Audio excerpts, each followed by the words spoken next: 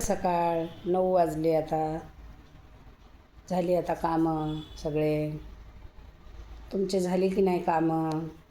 हे बघा आम्ही कुटके केले ताशे खायला आता नाश्त्याला. हे बघा हे दिसले.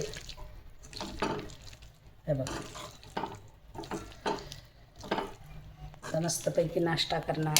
रोज रोज पोळ्या भाकरी खाऊन कंटाळा आला आहे. चला म्हणलं आज कुटके करावं खायला. आता दळणं हातं करायचे, काही कामं हातं, धुणं आहे, भांडे हातं, आंघोळ न्यारी सगळंच आहे आता. पण बायाचं काम कसं आहे, सरते का बायाचं काम? किती बी काम करा बायाचं.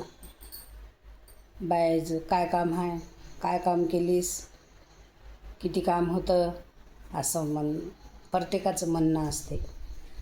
पण बायाला कामापासून सुटका नाही. काम करणं भागच आहे. एक केलं एक राहते, एक केलं एक राहते. आता चला मला दळणं करायचे आहेत, पुन्हा थोडी भाजीची तयारी करायची आहे, मसाले तयार करायचे आहेत. उद्या धोंडे करून घ्यावा म्हणलं.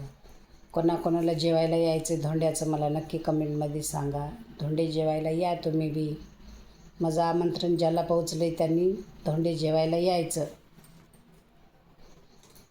येणं झालं नाही, अडचण आली तर नक्की कमेंटमध्ये सांगायचं की मला अडचण आली बाबा म्हणून. उन्हाळा पावसाळा सगळा सारखा असते माणसाला. उन्हाळा पावसाळा सगळा सारखा असते.